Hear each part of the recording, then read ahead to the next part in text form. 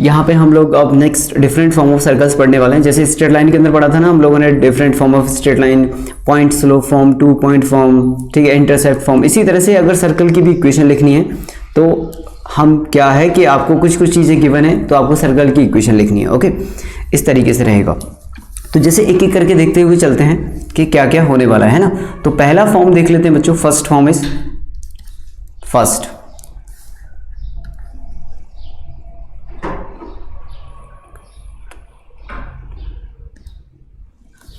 Okay, first is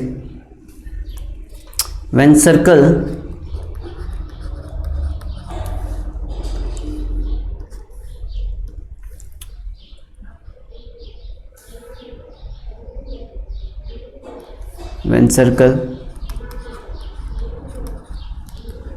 वो तो बेटा 9th-10th की बात थी ना, पहला लेक्चर तो, ठीक है, उसकी क्वेश्चन तो 9th-10th में कर ही चुके हो आप, प्रूफ करने वाले।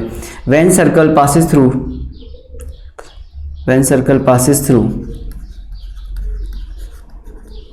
0, 0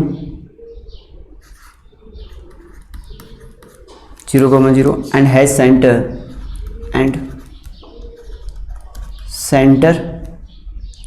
at alpha, beta. The equation of circle passes through 0, 0 and center at alpha, beta. क्या आंसर आएगा भाई इसका? Equation of the circle passing through the origin and centre at alpha, beta. तो पहला ये है,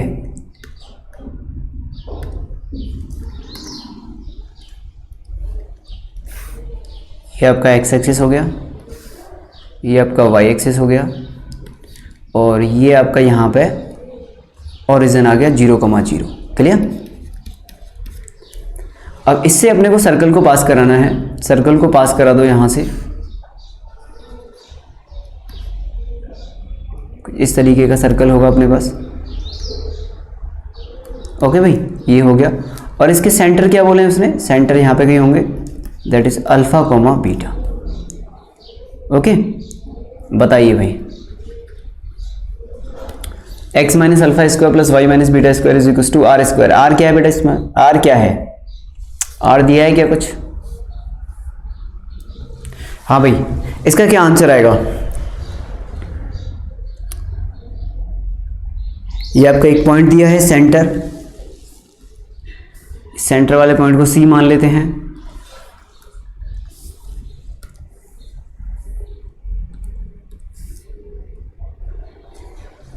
हाँ जी, इक्वेशन ऑफ सर्कल लिखने के लिए अपने को सेंटर चाहिए और रेडियस चाहिए। क्लियर? रेडियस चाहिए एंड सेंटर चाहिए। ओके, हाँ अभी ठीक है पार्थ। तो अब इसमें क्या करेंगे, सेंटर अपने को पता ही है और रेडियस क्या हो जाएगा? OC। O से लेके C तक का distance is the radius. R हो जाएगा, होगा कि नहीं होगा? तो बेटा R कितना आ जाएगा यहाँ से? R is equals to alpha square plus beta square का रूट। क्लियर? डिस्टेंस फॉर्मूला लगा के ये आ गया अपने पास OC। क्लियर है भाई? इक्वेशन ऑफ सर्कल क्या आ जाएगा? x माइनस अल्फा यानी कि x माइनस x वाला centre plus y minus y वाला centre whole square is equal to are square यानी कि alpha square plus beta square. तो अगर कोई भी सर्कल आपका ओरिजिन से पास हो रहा है और सेंटर इसका अल्फा, बीटा है तो उसकी इक्वेशन ये आती है। क्लियर है?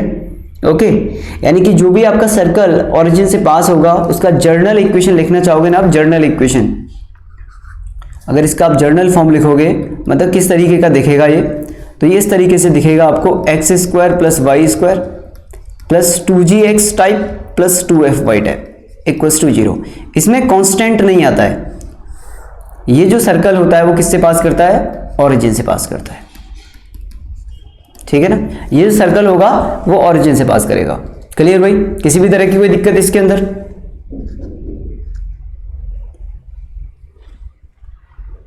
बात आ गई क्या समझ में? ओके, ये हो गया। चलिए ठीक है ना, बात करते हैं सेकंड फॉर्म पे। अगले पे चलते हैं। अगला क्या है अपने पास? Second, equation of circle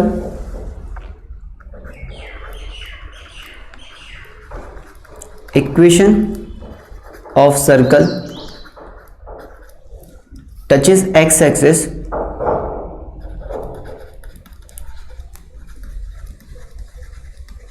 which touches X axis, ठीक है, जो कि एक्स एक्सिस को टच करेगा, टचेस एक्स एक्सिस। और कोई भी एक पॉइंट ले लो जिस पे टच कर रहा है, ठीक है ना। Equation of circle which touches X axis at alpha comma 0, इस तरीके से लिख लो, equation of circle which touches X axis at alpha comma 0, ठीक है ना।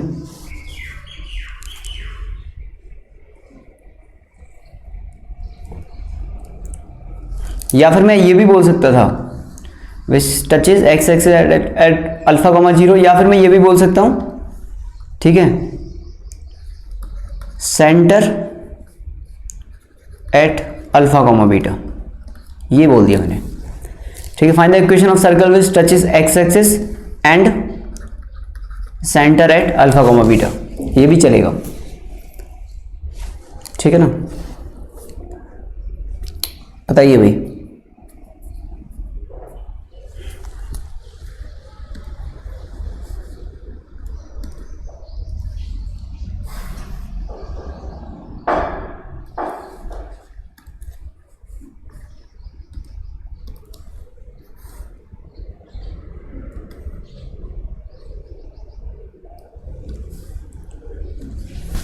x minus alpha square plus Y minus beta square is equal to alpha square.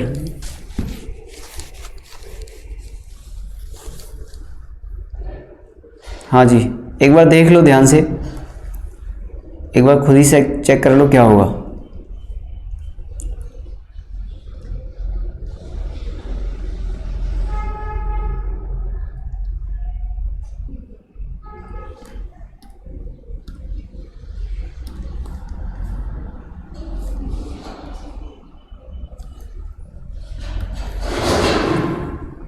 ठीक है भाई, तो इस तरीके का कुछ बन जाएगा ये।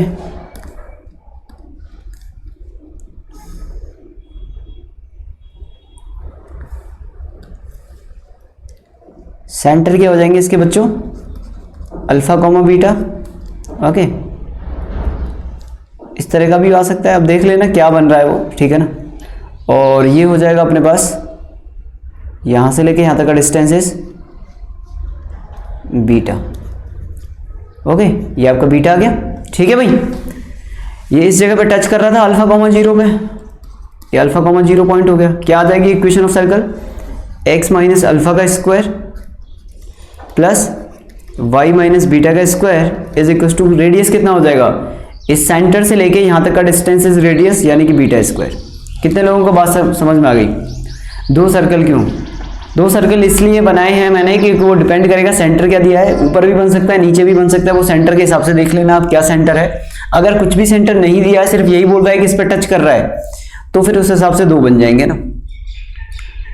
अगर कोई पर्टिकुलर सेंटर दे दिया तो ठीक है, अदरवाइज एक ही पॉइंट पे टच करने वाले तो दो सर्कल बन सकते हैं, एक अबव द एक्स एक्सिस, एक below the x axis, okay.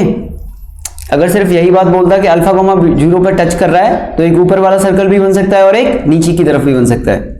Clear है, तो दो सर्कल पॉसिबल है यहां पे।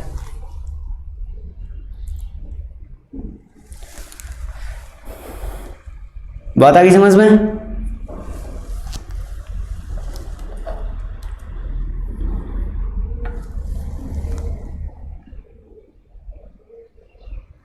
हाँ भाई, इसमें किसी भी तरह की कोई दिक्कत,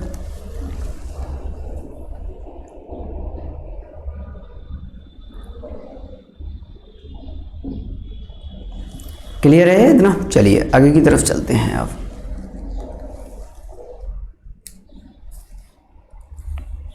चलिए जी,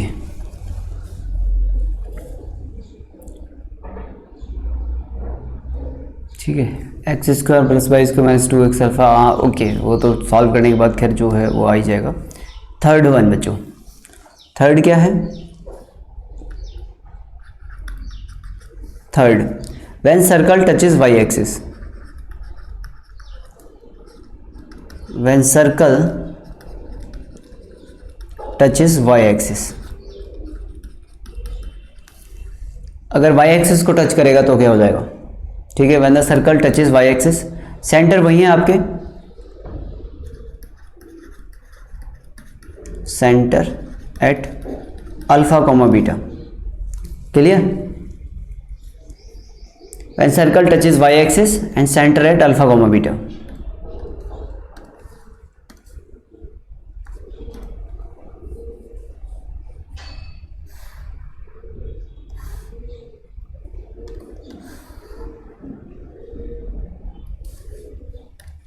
ये वाई एक्सिस हो गया, यहाँ पे सर्कल बना लो, एक ये सर्कल आ गया, एक ये सर्कल आ गया, ठीक है ना, ये दो सर्कल हो गए। अब ये दोनों ही टच कर रहे हैं, सेंटर क्या है? Alpha comma beta.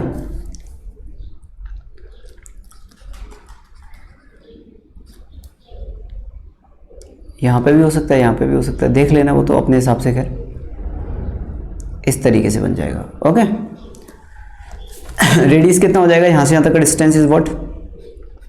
अल्फा। तो radius is alpha, then answer is x minus alpha का square plus y minus beta का square is equal to alpha square. Okay, किसी भी तरह की कोई दिक्कत इसमें?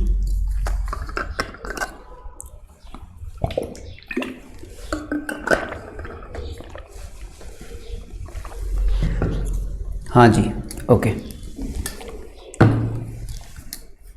ठीक है। ये हो गया थर्ड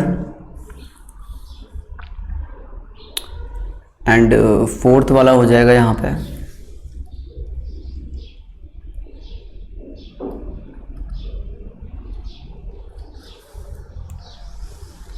ठीक है, क्या हुआ बच्चों? वीडियो में किसी भी तरह की कोई दिक्कत आ रही है क्या? किसी भी तरह की कोई दिक्कत आ रही है क्या बच्चों इसमें?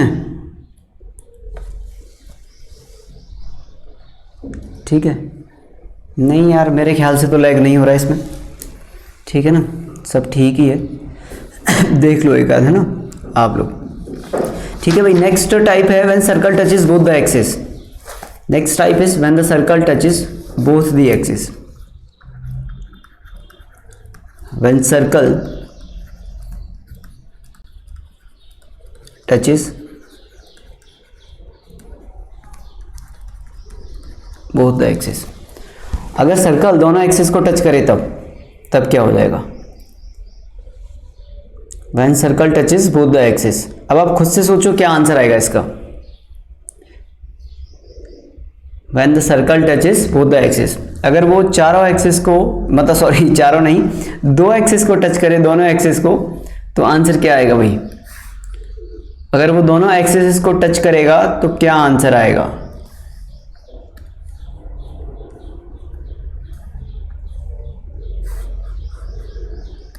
यानी कि इस तरीके से बन सकता है, इस तरीके से बन सकता है, इस तरीके से बन सकता है, और इस तरीके से बन सकता है। ठीक है ना, ये पॉसिबिलिटीज हैं अपने पास। ठीक है ना, बात आ गई समझ में? सर वो तो सर्कल का सेंटर तो ओरिजिन पे रहेगा ना। ओरिजिन पे क्यों रहेगा? अगर दोनों एक्सिस को टच कर रहा है तो ओरिजिन पे सेंटर क्यों रहेगा? फिर ओरिजिन पे थोड़ी ना रहेगा, अलग अलग रहेगा। ठीक है ना, ओरिजिन पे क्यों रहेगा भाई? तो इसका मतलब ये हुआ कि इसका जो सेंटर होगा बच्चों वो अल्फा कोमा अल्फा आ जाएगा। ये इस केस में है ना, पहले वाले केस में। और इस केस में इसका आंसर आ जाएगा x माइनस अल्फा का square plus y minus alpha का square is equal to alpha square. Clear है भाई? अगर बाई चांस ये सेकंड क्वाड्रेंट में बनता, यानी कि circle touches both the axis and centre lies in the second quadrant, तो अल्फा माइनस अल्फा और अल्फा होते सेंटर, तो इक्वेशन होती x प्लस अल्फा का square plus y minus alpha का square is equal to alpha square. Clear है? अगर by chance वो बोलता कि touches both the axis and centre in the third quadrant, तो क्या हो जाता आंसर? x प्लस अल्फा का square plus y plus alpha का square is equal to alpha square. और अगर ये वाला क्वाड्रेंट होता फोर्थ वाला, तो फोर्थ वाले क्वाड्रेंट में क्या आ जाता? अल्फा एंड माइनस अल्फा, तो यहां से इक्वेशन आती है एक्स माइनस अल्फा का square plus y plus alpha का square is equal to alpha square. बोलो किसी को कोई दिक्कत है भाई? When the circle touches both the axis, अगर सर्कल दोनों एक्सिस को टच करे तो मैक्सिमम कितने सर्कल बन सकते हैं ऐसे? अगर सर्कल दोनों एक्सिस को टच कर रहा है तो कितने सर्कल बनेंगे? 4। सर अगर वो 4 एक्सिस बोलता तो ओरिजिन पे रहता क्या? बेटा 4 एक्सिस कैसे बोलता वो बता सकते हो तुम कि सर्कल चारों एक्सिस को टच कर रहा है? चलो मान भी लिया कि अगर उसने बोल दिया कि चारों सर्कल एक्सिस को टच थोड़ी ना कर सकता है, कट करते हुए जाएगा वो तो। ठीक है भाई, बात आ गई समझ में? तो 4 सर्कल ऐसे होते हैं जो कि दोनों एक्सिस को टच करते हैं। एक तो फर्स्ट क्वाड्रेंट में, सेकंड क्वाड्रेंट में, थर्ड क्वाड्रेंट में, फोर्थ क्वाड्रेंट में। क्लियर? 4 होते हैं इस तरीके के। बात आ गई समझ में? चलिए नेक्स्ट 5वें पर चलते हैं। फिफ्थ है बच्चों, when the equation of circle passes through origin and centre lies at equation of circle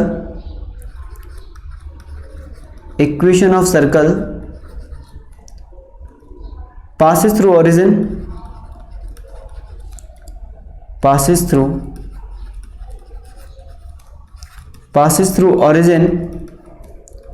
and equation of circle passes through origin and center lies at या फिर lies on the x axis, ठीक है ना? ये है। Sir lag हो रहा है आपका स्क्रीन, सर लैग हो रहा है, स्क्रीन लैग हो रहा है।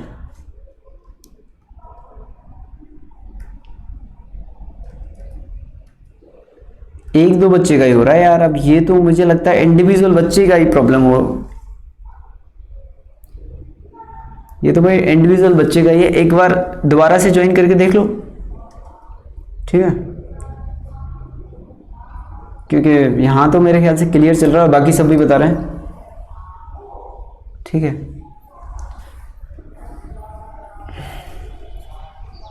हाँ जी बताइए। Equation of circle passes through the origin and centre lies on the x axis, centre x axis पर लाई करेंगे।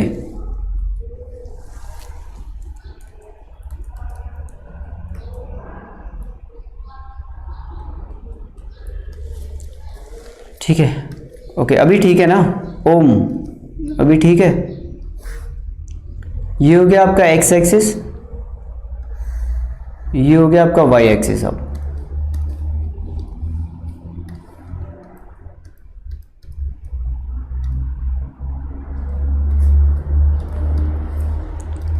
ओके अब इस केस में जो सर्कल बनेगा उसने क्या बोला? देखो सर्कल जो है वो ओरिजिन से पास होना चाहिए, यानी कि ओरिजिन को पास होना चाहिए, और सेंटर जो है वो एक्स एक्सिस पर लाई करना चाहिए। यानी कि जो सर्कल बनेगा आपका वो कुछ इस तरीके से बन सकता है, यानी कि देखो इस तरीके से, जरा सोच के बताओ, इस तरीके से बन सकता है या फिर इस तरीके से बन सकता है? क्यों भाई, ये 2 सर्कल पॉसिबल है कि नहीं है? ये 2 सर्कल पॉसिबल है ना भाई? तो अगर ये 2 सर्कल पॉसिबल हैं तो अगर सेंटर इसका एक्स एक्सिस पर है तो यहाँ पे अगर ये वाला हुआ तो अल्फा कॉमा 0 हो जाएगा, और अगर ये वाला हुआ तो माइनस अल्फा कॉमा 0 ले लो इसे। अब ये ओरिजिन को टच भी कर रहा है, मतलब ओरिजिन से पास भी हो रहा है, और सेंटर इसका एक्स एक्सिस पे भी लाई कर रहा है। तो इस केस में इसका आंसर क्या आ जाएगा? तो ये वाली इक्वेशन होती है अगर फर्स्ट क्वाड्रेंट वाली, ये वाली मतलब ये कौन सा वाला साइड है? Right side. तो आंसर आ जाएगा आपका x माइनस अल्फा का square plus Y square is equal to radius is alpha square. ये होती है तो x प्लस अल्फा का square plus Y square is equal to alpha square. बोलो कोई दिक्कत किसी भी तरह की इसमें? हाँ भाई बताओ, किसी भी तरह की कोई दिक्कत है तो? आसान है ना भाई? ये तो आसान है, समझ में आ गई बात?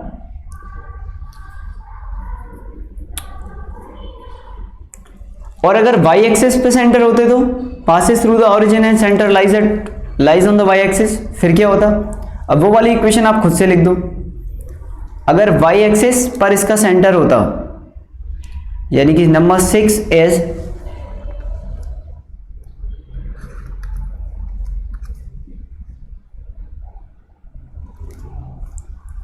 नंबर 6,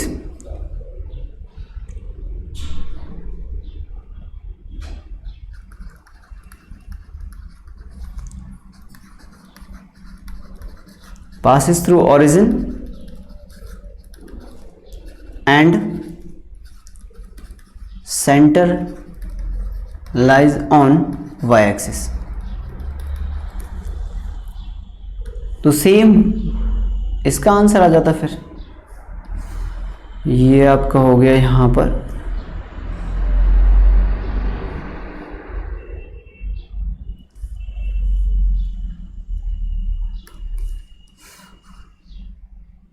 ओके, ये आपका हो गया एक्स एक्सिस और सर्कल आपका बन जाएगा इस तरीके का।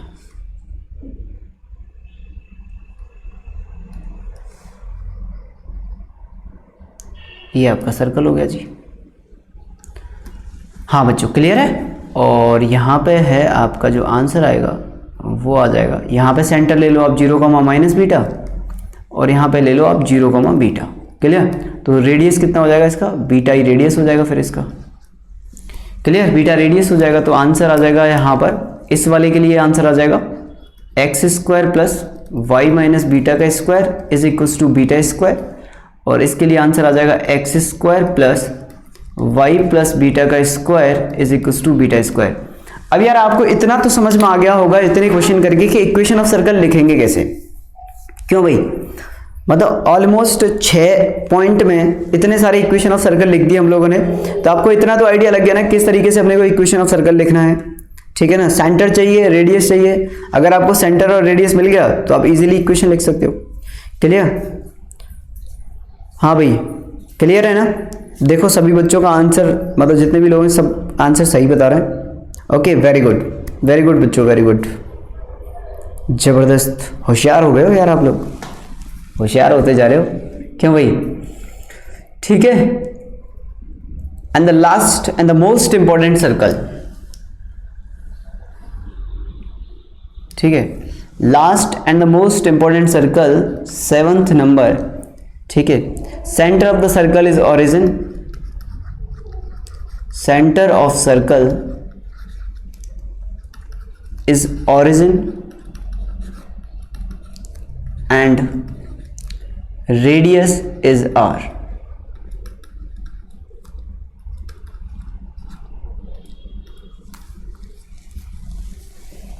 सर ऐसे केस में क्या करेंगे जब सेंटर ओरिजिन पे होगा, देखो वही आ गया। हाँ जी, centre of the circle is origin is at origin, ठीक है ना, and the radius is r।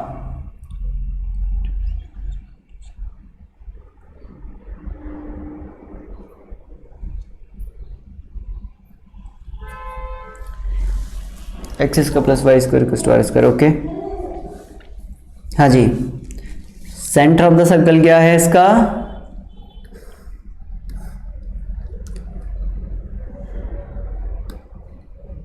ये इंपॉर्टेंट है यार क्वेश्चन, ये मतलब सर्कल, ये आपको आगे चल के काम आएगा इसलिए मैं बोल रहा हूँ ये इंपॉर्टेंट है। ऑरिजिन पे इसका सेंटर लाई कर रहा है यहाँ पे 0,0 पे, और इसका रेडियस दिया है r, ठीक है ना। तो इसका जो आंसर आता है वो कितना आएगा आपका, इसकी इक्वेशन आएगी x² plus Y square is equal to r square. Clear, very good बच्चों। और इसे ही बोलते हैं हम standard equation of circle, standard equation of circle, इसे क्या बोलते हैं हम, स्टैंडर्ड इक्वेशन ऑफ सर्कल। ठीक है सब, ये आपका हो जाएगा स्टैंडर्ड इक्वेशन ऑफ सर्कल। हाँ जी, किसी भी तरह की कोई दिक्कत है तो बताओ इसमें, इसके अंदर किसी भी तरह की कोई भी दिक्कत है आपको। ये 7 फॉर्म मैंने आपको यहाँ पे बता दिए इनके, ठीक है। 7 तरीके से सर्कल को बना सकते हो, मतलब एक एक तरीके से अलग अलग केसेस ले लिए हैं। मतलब बेसिकली ये क्या है, केसेस ले लिए हैं कि पहले केस में एक्स एक्सिस को टच कर रहा था, फिर वाई एक्सिस को टच करा दिया, फिर दोनों एक्सिस को टच कराया, फिर सेंटर एक्स एक्सिस पे ले लिया, फिर उसके बाद सेंटर वाई एक्सिस पे ले लिया, तो सारी डिफरेंट फॉर्म हो गई। अब ये मैंने आपको इसलिए कराया क्योंकि अगर फ्यूचर में आपको कोई इस तरह का क्वेश्चन मिलता है तो जो भी इंफॉर्मेशन यहाँ से निकालनी है वो आप निकाल सकते हो कि अगर एक्स एक्सिस को टच कर रहा है तो रेडियस नहीं देगा फिर वो आपको, फिर आपको खुद ही पता लगाना पड़ेगा रेडियस क्या है। अगर दोनों एक्सिस को टच कर रहा है तो फिर आपको खुद ही पता लगाना पड़ेगा कि इसके सेंटर्स क्या हैं, किस जगह पे टच कर रहा है, ठीक है ना। ओके, तो वो ध्यान रखिएगा। अब नेक्स्ट चीज जो आपने एक थ्योरम पढ़ी थी बच्चों, याद है आपको, और लास्ट वाली क्लास में आप लोगों ने बताया भी था कि एक 3 नॉन कोलिनियर पॉइंट से आप एक सर्कल बना सकते हैं। 3 नॉन कोलिनियर पॉइंट से आप एक सर्कल ड्रॉ कर सकते हैं। ये आपने पढ़ा था, एक unique circle can be drawn with the help of 3 non collinear points. हाँ जी, ठीक है ना, याद है। ये सब बाद की बात है बेटा, है ना, ये सब बाद में करेंगे कि एक्सिस टिल्ट किए तो क्या होगा, वो सब बाद में है ना।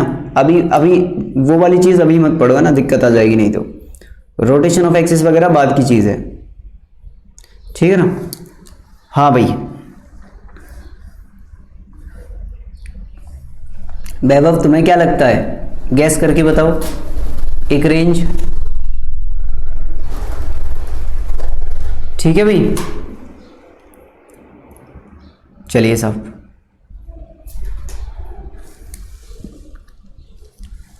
ठीक, हाँ लगभग। चलो तो नेक्स्ट बात करते हैं इक्वेशन ऑफ सर्कल, ठीक है ना, by using 3 non collinear points.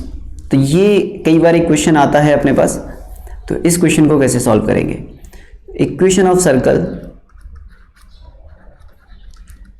Equation of circle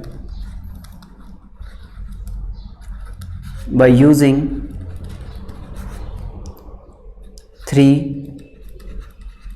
non-collinear points। 3 non-collinear points का यूज करके आप इक्वेशन ऑफ सर्कल कैसे बताएंगे। हाँ जी, एक एक करके बताते जाओ, मैं आपको 3-4 मेथड बताने वाला हूँ, 1 by 1। ओके, आप में से कोई भी शेयर करना चाहता है कि सर इस तरीके से कर सकते हैं। अगर आपके पास 3 पॉइंट गिवन है, ओके, अगर आपके पास 3 पॉइंट गिवन है तो इक्वेशन ऑफ सर्कल हम किस तरीके से निकाल सकते हैं। जैसे कि पहला पॉइंट मान लेते हैं हम, जैसे ए था अपने पास x1 y1, फिर b आ गया अपने पास x2 y2, फिर c आ गया x3 y3, ठीक है ना।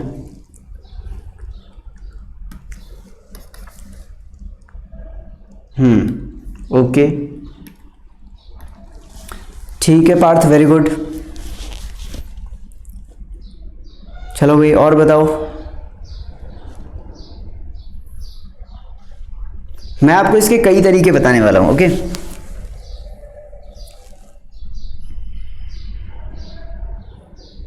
सेंटर के कोऑर्डिनेट कैसे निकालेंगे चिराग। डिस्टेंस फॉर्मूला से r तो आ जाएगा, लेकिन सेंटर के कोऑर्डिनेट कैसे आएंगे। आपके पास 3 पॉइंट गिवन है, 3 पॉइंट से बनने वाले सर्कल की इक्वेशन कैसे लिख सकते हैं हम लोग। चलिए पहला मेथड देखो, फर्स्ट मेथड ये है कि हमने लिखा जर्नल इक्वेशन ऑफ सर्कल। मैंने बोला यार आप तो जर्नल इक्वेशन लिखो सर्कल का। जर्नल इक्वेशन क्या हो जाएगा यहाँ पे, x² + y² + 2gx + 2fy + c = 0। Clear है भाई, ये हमारा general equation of the circle हो गया। इसके अंदर कितनी चीजें अननोन है, जल्दी से बताओ, इसके अंदर क्या क्या चीज अननोन है। जर्नल इक्वेशन ऑफ सर्कल ये हो गया, इसके अंदर अननोन क्या क्या है। GFC, भाई G अननोन है, F अननोन है और C अननोन है। तो अब मैंने क्या किया, put the values of ABC in equation 1,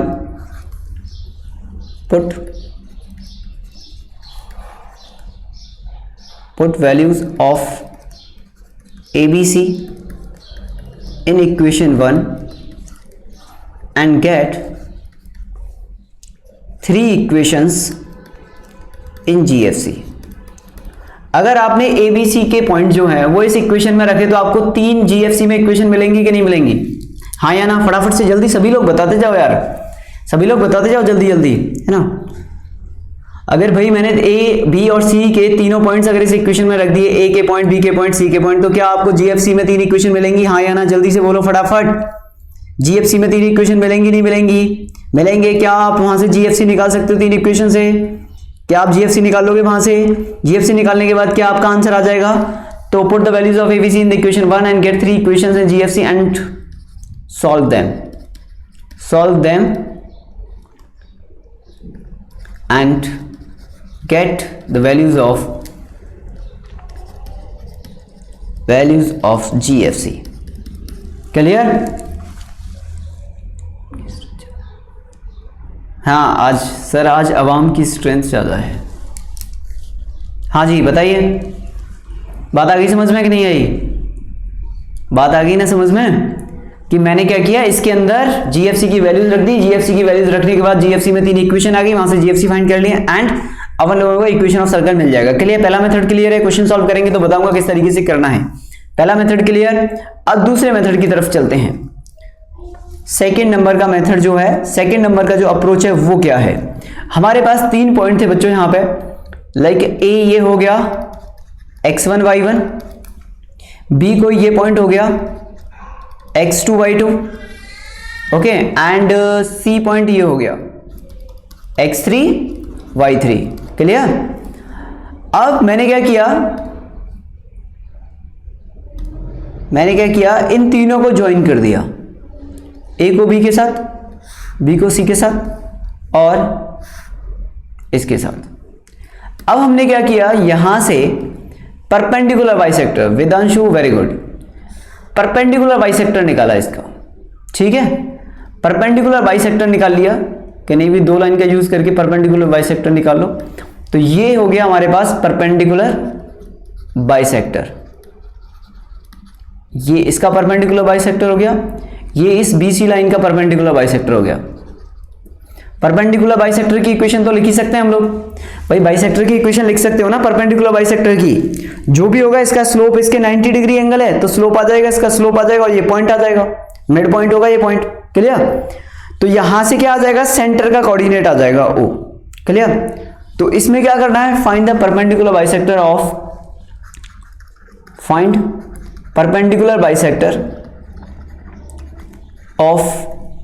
any two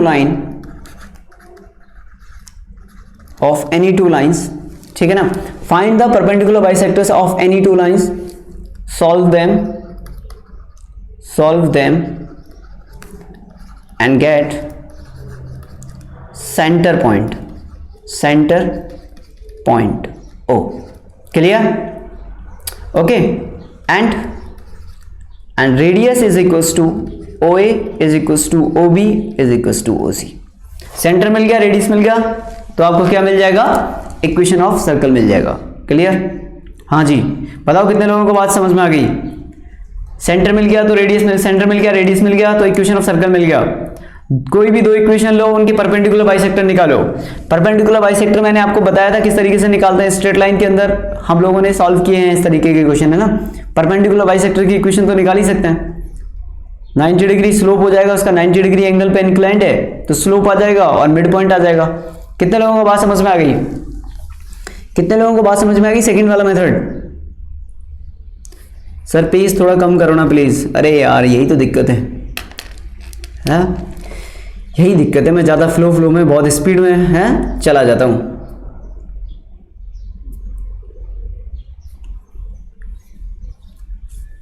हाँ जी, हाँ सर पर ये बहुत ज्यादा लेंथी है ना, ठीक है ना। स्लोप तो इन्फिनिटी होगा भाई, स्लोप इन्फिनिटी क्यों होगा भाई? ठीक है ना, बात आ गई समझ में। अब तीसरा जो है, तीसरा और तरीका क्या है, थर्ड नंबर का मेथड किस तरीके से कर सकते हैं हम। मेथड नंबर 3 ये है भाई कि मैं आपसे ये बोल सकता हूं यार ऐसा करो आप लोग कि लेट सेंटर ऑफ सर्कल मान लो आप,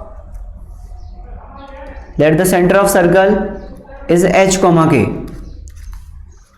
एंड रेडियस क्या मान लो आप, and radius is equal to r। तो इक्वेशन ऑफ सर्कल क्या हो जाएगा, x माइनस h का square plus y minus k का square is equal to r square. ये आ गई इक्वेशन 1।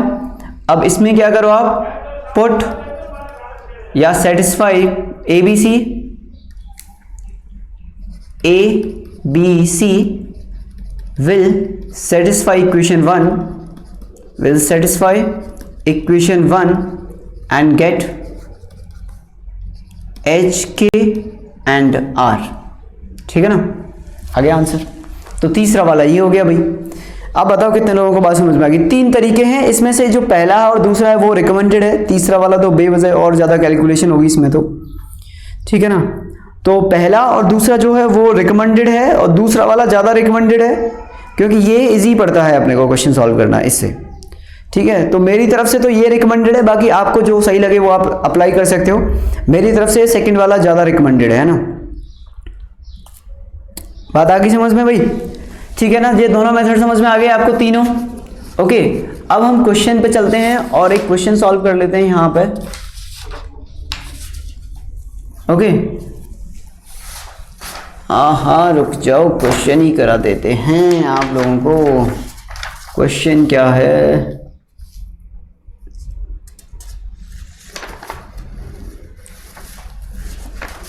ठीक है साहब,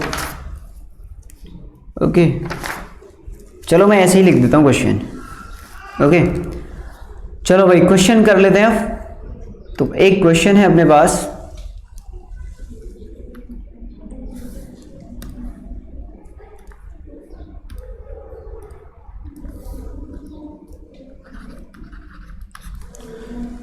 find the equation of circle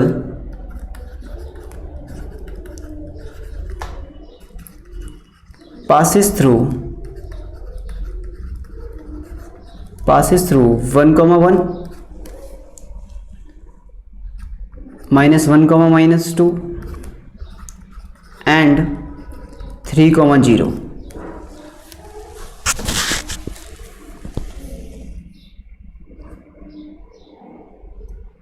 sir वो परपेंडिकुलर बाइसेक्टर, यार परपेंडिकुलर बाइसेक्टर की इक्वेशन ये होगी। स्ट्रेट लाइन का रिवीजन नहीं किया क्या तुम लोगों ने?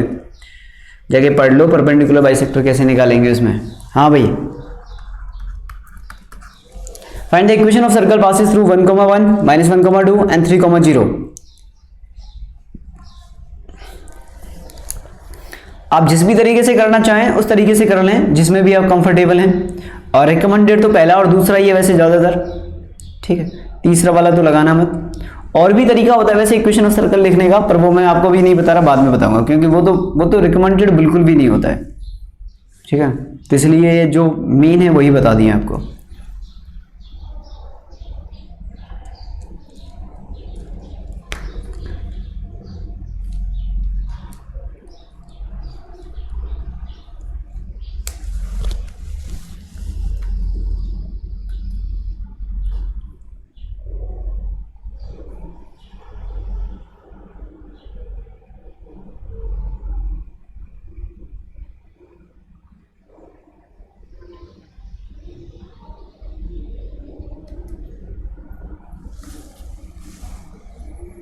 Find the equation of circle passes through 1, 1, -1, 2 and 3, 0।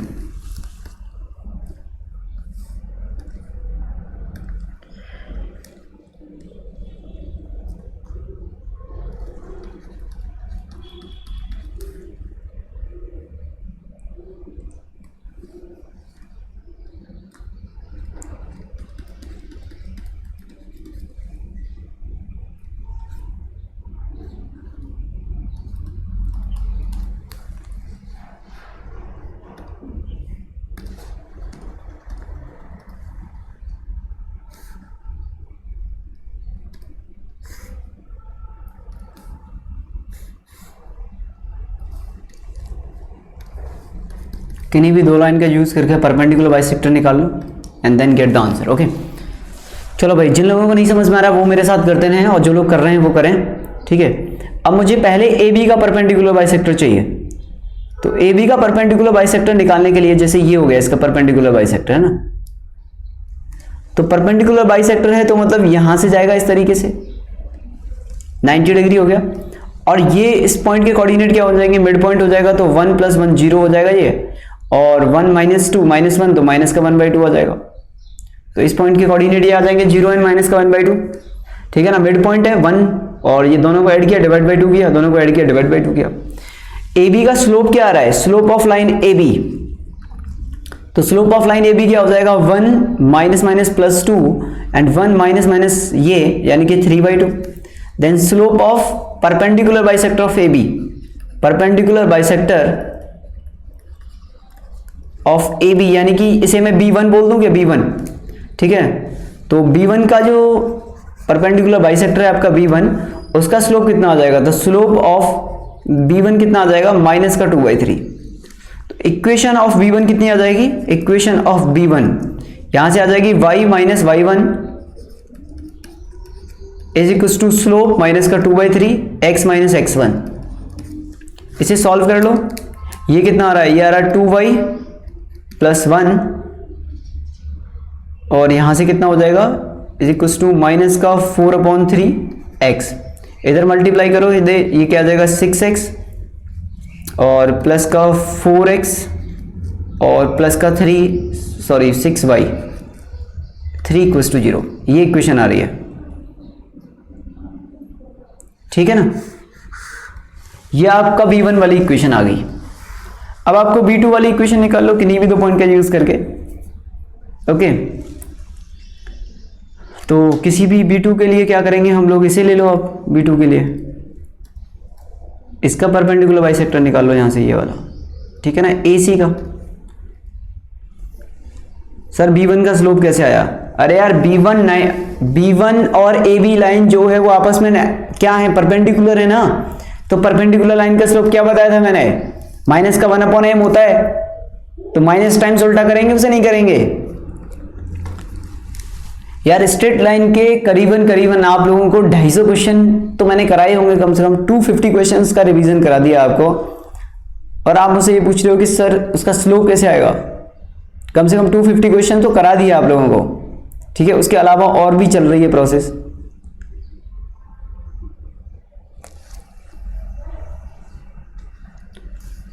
ठीक है ना। ये आ जाएगा AC, स्लोप ऑफ AC कितना आ जाएगा,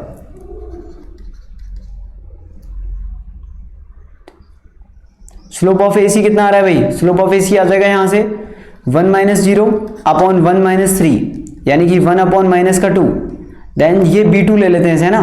तो स्लोप ऑफ B2 कितना आ जाएगा, जो भी AC लाइन है इसे रिवर्स करके माइनस टाइम्स कर दो यानी कि 2 आ जाएगा। एंड यहां पे इसके मिड पॉइंट क्या आ जाएंगे, ये 4 यानी कि 2 और ये 1/2, clear, 2 and 1/2। Equation of B2 क्या हो जाएगा, इक्वेशन ऑफ B2, ठीक है ना। इक्वेशन ऑफ B2 कितना आ जाएगा, ये आ जाएगा आपके पास y माइनस का y1 is equal to slope x minus x1, clear. इसे सॉल्व कर लो, ये आ जाएगा 2y minus 1 is equal to, यहां से कितना हो जाएगा ये 4x और 4 माइनस 2 इज माइनस का 8, क्लियर।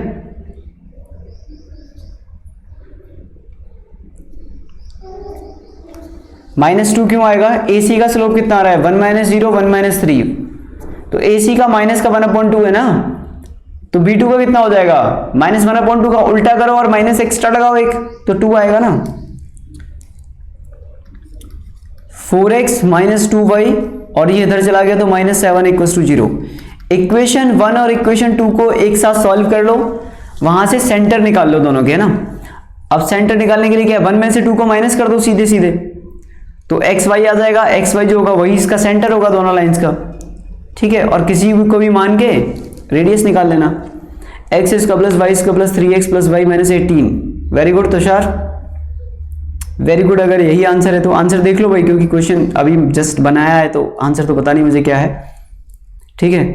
हाँ यार, ये तो थोड़ा लेंथी क्वेश्चन ही रहता है। अगर आप पहला मेथड भी लगाओगे तो उसमें भी इतने ही स्टेप आएंगे, लेकिन इजी रहते हैं ना, इजी है। अगर आप स्पीड में करोगे क्वेश्चन तो मेरे ख्याल से 2 या 3 मिनट में हो जाएगा, ठीक है। लेंथ ज़्यादा लेकिन है बहुत सिंपल, तरीका सिंपल है।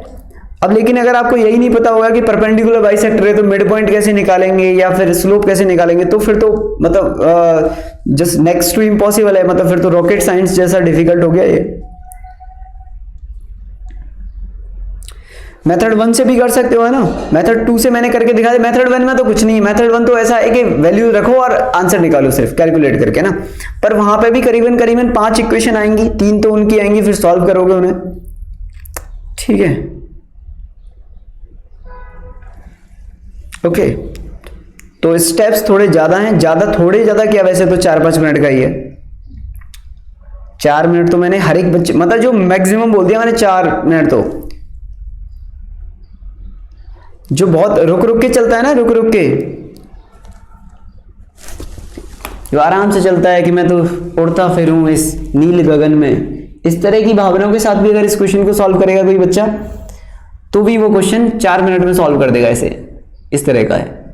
1 और 2 को सॉल्व कर लो, गेट द सेंटर वाले पॉइंट, ठीक है ना। Is it possible? हाँ, ये हो सकता है यार, इसमें क्या है, बिल्कुल हो सकता है, ये तो है, बिल्कुल पॉसिबल है, ठीक है ना। तो यार इसमें से इसे माइनस कर दो, देख लो क्या आ रहा है।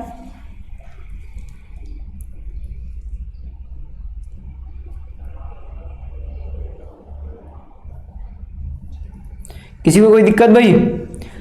फर्स्ट वाली में से सेकंड वाली को माइनस करो, तो 6y और प्लस 10y हो गया, और 3 और 7 10 हो गया, y इक्वल्स टू 1 आ गया यार।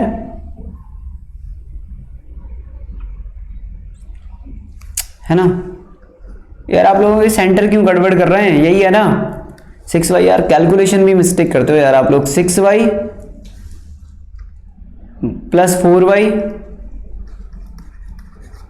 Plus 3 equals to 0। दूसरी इक्वेशन है 4x,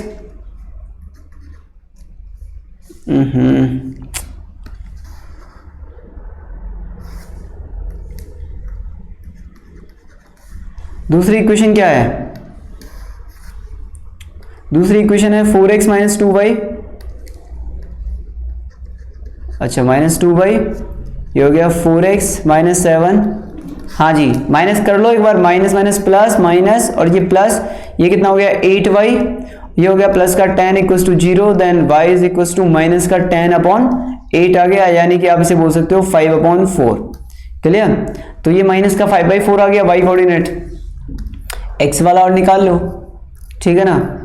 तो y आ रहा है माइनस का 5/4, देखो इसका ठीक है, वेदांशु का ठीक है ना, वेदांशु का ठीक आ रहा है। ओके, और x वाला कोऑर्डिनेट क्या आ जाएगा भाई, x वाला निकाल लो, अब किसी भी एक इक्वेशन में रख दो यहाँ से।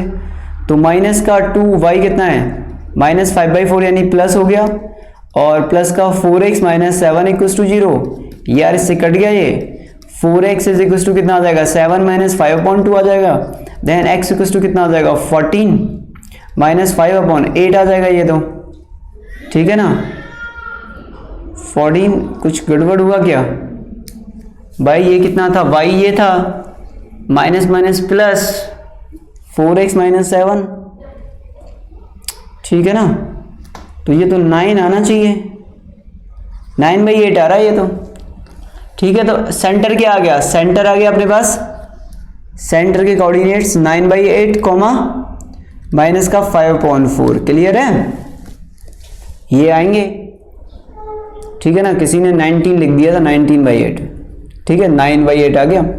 नाउ रेडियस के लिए क्या करोगे आप, रेडियस के लिए क्या करो, किसी का भी डिस्टेंस निकाल लो यार। ओ आ गया आपके पास, ये सेंटर पे कोऑर्डिनेट मान लो इसे, OA निकाल लो, या फिर OB निकाल लो, या फिर OC, जो भी आपको इजी लग रहा है वो फाइंड कर लो, वो रेडियस ही आएगा सब। क्लियर? जैसे एक कोऑर्डिनेट इसमें 1,1 था, तो 1,1 था, तो यहां से निकाल लो radius, r is equal to 9/8 minus 1 का स्क्वायर प्लस माइनस 5/4 माइनस 1 का स्क्वायर, ये r स्क्वायर निकल जाएगा आपका।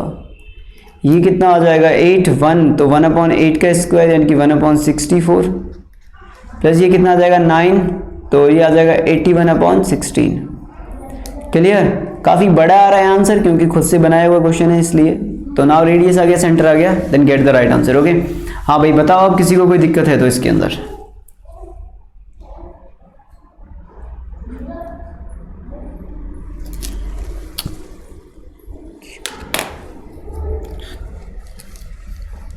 कुछ लोगों को जैसे ही पता लगा कि सर ने क्वेश्चन दे दिया थोड़ा लेंथी है, तो वो लोग बोलते हैं यार अब तो सूर्यास्त के बाद ही सॉल्व करेंगे, अभी घर चलते हैं। क्यों?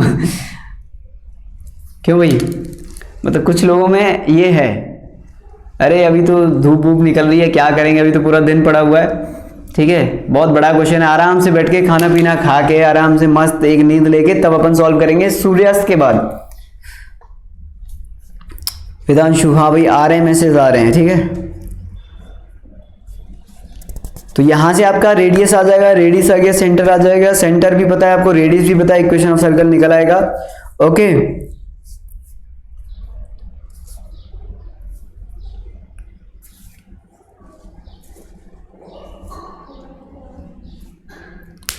वेदांशु सर 19/8 आएगा वो मैसेज, तो -7 था ना यार, ये -7 को उधर भेजेंगे तो 7 ही तो आएगा, -7 क्यों आएगा, -7 था ना ये इक्वेशन में,